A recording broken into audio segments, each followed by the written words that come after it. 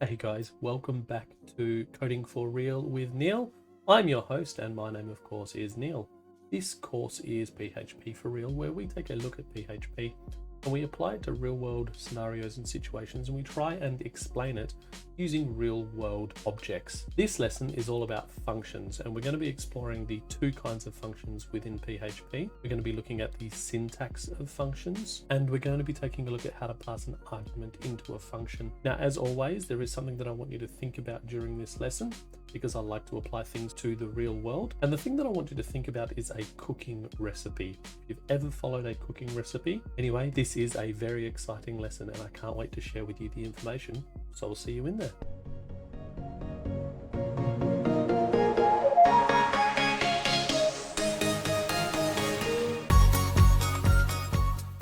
In PHP, there are two types of functions. The first one is the built-in function.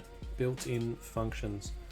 Now, I'll be covering some of these, but I won't be covering all of them because PHP has over 1,000 built-in functions. And what is a built-in function? A built-in function is a function that has already been built into a programming language or an application, and then it just needs to be accessed by the user, by the programmer. The other type of function is what's known as a user-defined function. Now, a user-defined function is exactly that.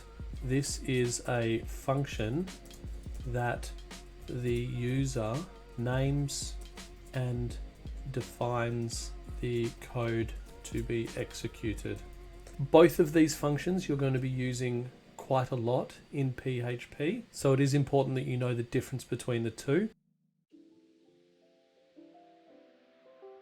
But right now what I'm going to do is I'm going to go over some of the main built-in function examples, because as I said, there is over 1,000 built-in functions in PHP, so I will not be going over all of them, but I do recommend you check out the documentation. So we'll be going over the main ones, and then we'll be going through and defining some of our own functions and creating user-defined functions so we can see how they are defined and what each of the parts mean. All right, the first built-in function in PHP that I want to cover is very simply the date function. Right, so the first thing we need to do is we need to define PHP tags, and we will need closing tags because we have some comments afterwards. Then very simply, we're going to be starting with the date built-in function, and the date built-in function is something you will use all the time. You'll use it for calendars, you'll use it for booking systems, all of that kind of stuff. So very simply, what we're going to do is we're just going to echo out the date, and that is a built-in function. Every function needs to have open and closed parentheses, and it needs to end with a semicolon. In here, there is an error because it wants an argument. So it's expecting one argument. Because it is a built-in function, it does need to take in an argument. It wants to know something,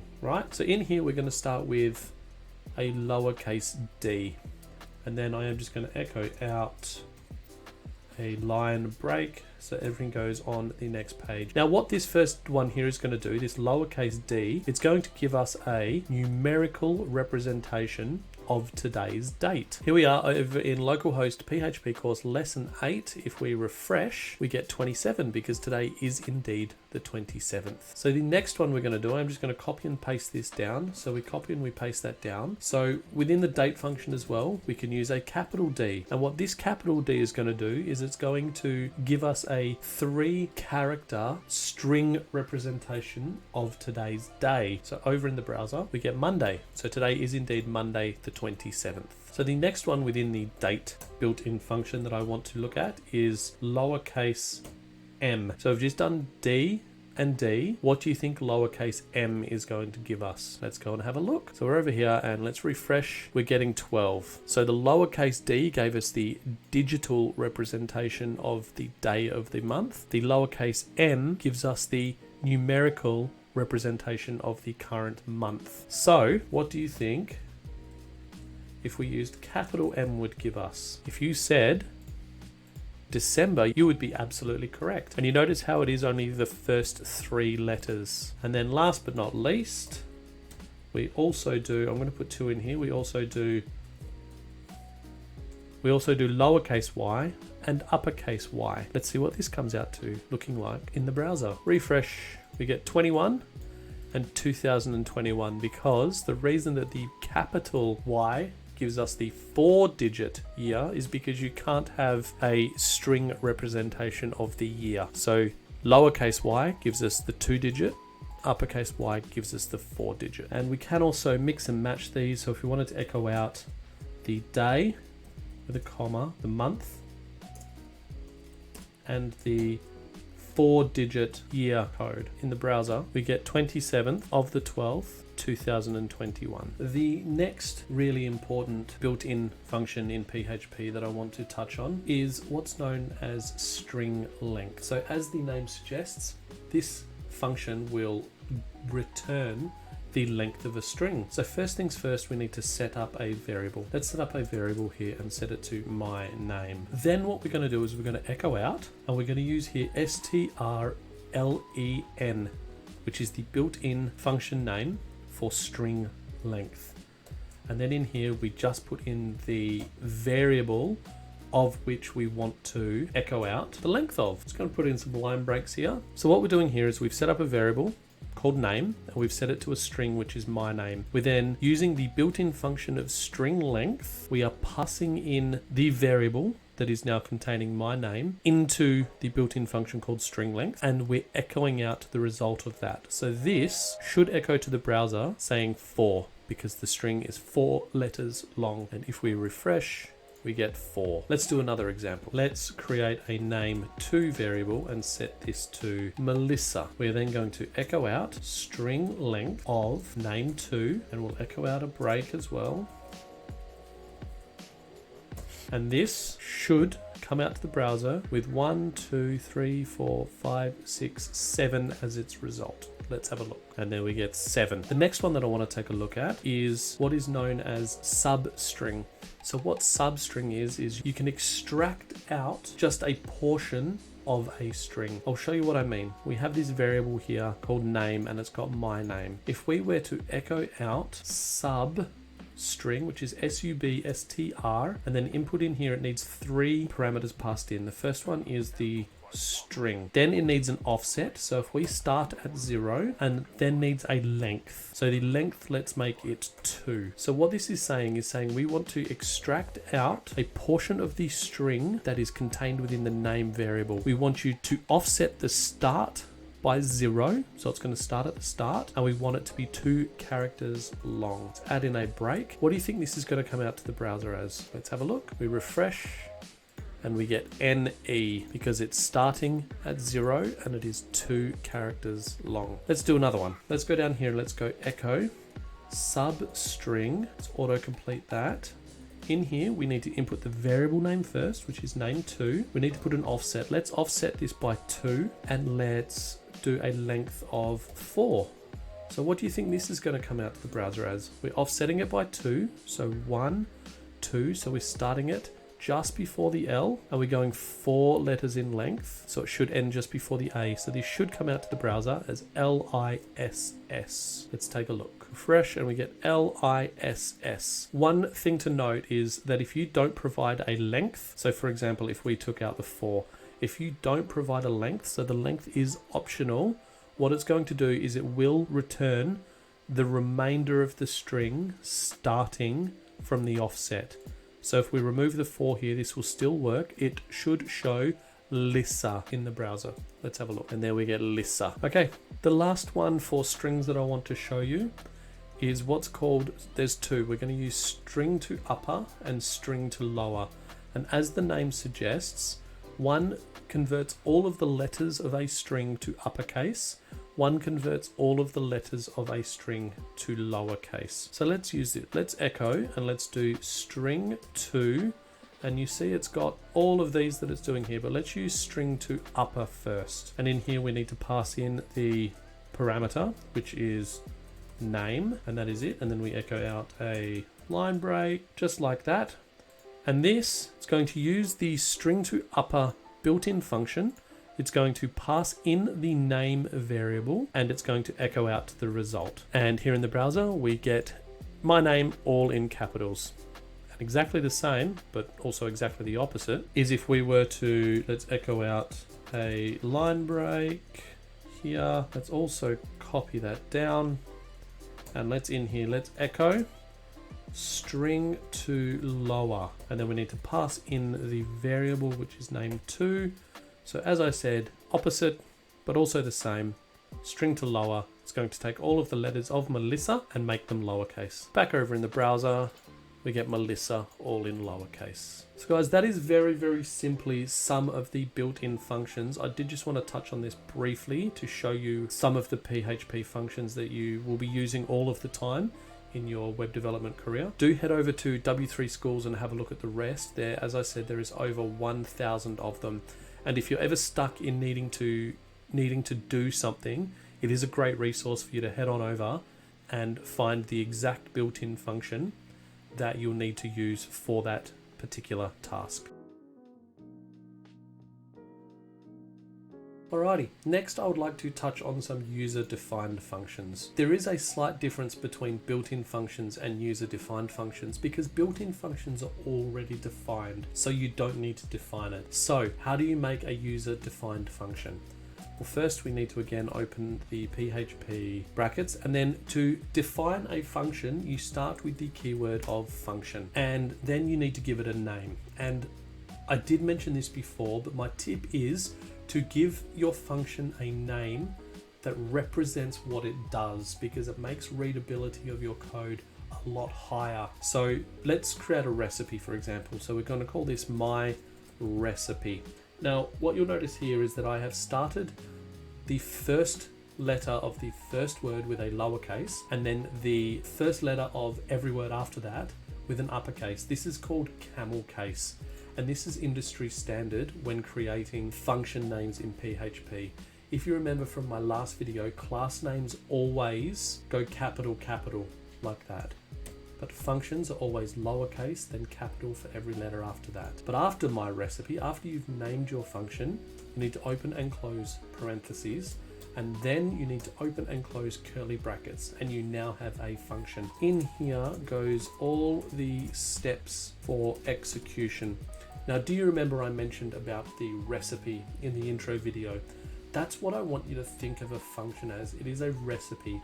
It is going to execute the my recipe function whenever it's called, and it's going to execute step by step. It's going to do step 1 followed by step 2 followed by step 3 until it runs out of steps, and then it's going to exit out of the function and continue down here. So after the function finishes, code will continue here. Okay? So that is what a function is. It is very much like a cooking recipe. I'm going to comment all of this out because we're actually going to do something with a function now. So what we're going to do is we're going to create a function, and we're just very simply going to have this function say something to the browser. So we're going to call this function say hello because that is what it is doing. We open and close parentheses, we open and close curly brackets. Then in here, we are just going to very simply echo a string that is called hello world. What do you think this is going to display as in the browser? Here we are, we refresh. If you said nothing, you would be absolutely correct. Why is it nothing?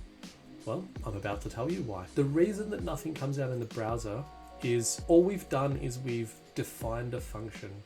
For that function to run, it doesn't run automatically. We need to actually call that function. So to call a function, all you do is you would type in the name of the function, followed by the open and close parentheses, and then end the line. Now, it's going to get down here, and it's going to see this function here. It's going to call it. It's going to run all of the code that is within the say hello function. So now over in the browser, we refresh, and we get hello world. There we are. You've just created your first function. Well done. And it's now displaying a message to the screen. An interesting thing of note is that in PHP, you don't need to define a function first and then call it later. We could actually do the function call first and then define the function later, and it's actually still going to recognize that this function here is valid. So this in the browser will look like refresh. It's still exactly the same. What it does is it sees that this function here is being called, but there is yet a declaration of the function. So what it does is it actually automatically associates a data type with it. So this happens because PHP is a loosely typed language. In other languages that are more strictly typed, you cannot call a function before you've declared it. This would return an error. So just for good practice, always try and call the function after the function has been declared. So the next thing is we can pass in what is called an argument into a function. So let's set up a new function. Let's just call this function. And this function is going to be called first name, right? We open and close parentheses. We open and close the curly brackets. Then in here, so anything that goes inside of these curly brackets is what's known as an argument. So in here, we want to pass in something. This function is called first name. So we're going to pass in here a variable. Let's call this variable first name. Then you'll see that it goes this weird greeny color because what it's saying is that the variable first name is declared, but it's not used.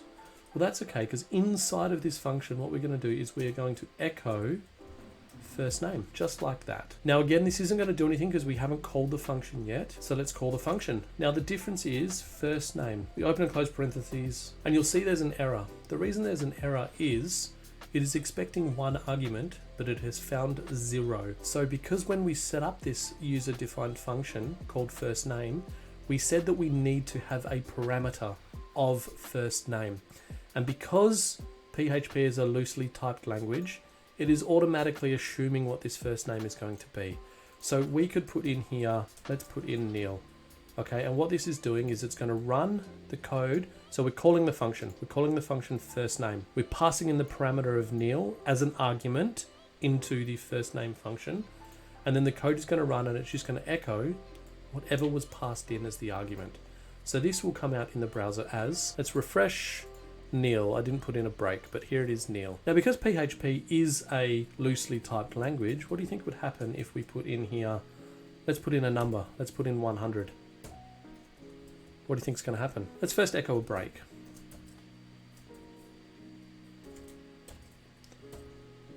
But what do you think is going to happen now, where we're echoing out a number instead of a string over here in the browser? We get 100. The reason for this is because PHP is a loosely typed language. So because PHP is a loosely typed language, you don't have to specify what data type this first name variable is. It could be anything. And that is one of the biggest complaints that people have with PHP, is that exact reason. To take this one step further, let's set up a function. Let's set up a surname function, okay?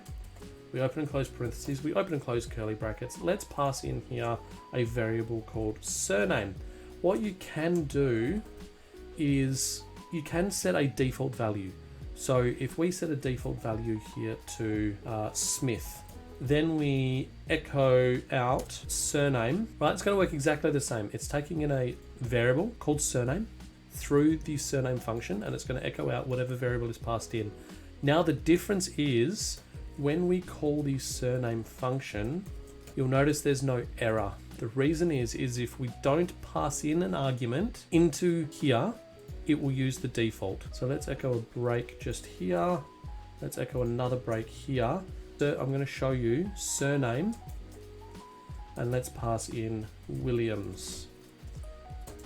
So if everything's working correctly, this first surname not passing in an argument should put Smith to the browser. This second one here that's passing in Williams should put Williams to the browser. Refresh and we get Smith and we get Williams. So that was just an example of how you can pass in arguments and you can set the arguments to a default value. Let's echo out another break, echo out a break. Let's now try and pass a number in, surname. Let's pass in 100 and see what happens. Refresh and we still get 100 because we still haven't specified that the surname variable must be a string. Absolutely amazing, guys. You've made it to the end of lesson 8. In this lesson, you learned a little bit more about functions. You learned about the two different kinds of functions that are user-defined functions and built-in functions. You learned about the syntax of functions. You learned about passing arguments. You learned about setting default values for those arguments. Hopefully functions now make a little bit more sense to you. If not, please do watch this video again. I do implore you to head over to W3 Schools and read all about the built-in functions that they have over there, because as I said, there is over 1,000 of them. The next lesson, we're going to be talking about conditional statements in PHP. So we're going to be looking at the if, the else, and the if-else statement and what they're all about. A really, really exciting lesson, guys. Can't wait to share it with you, and I'll see you there.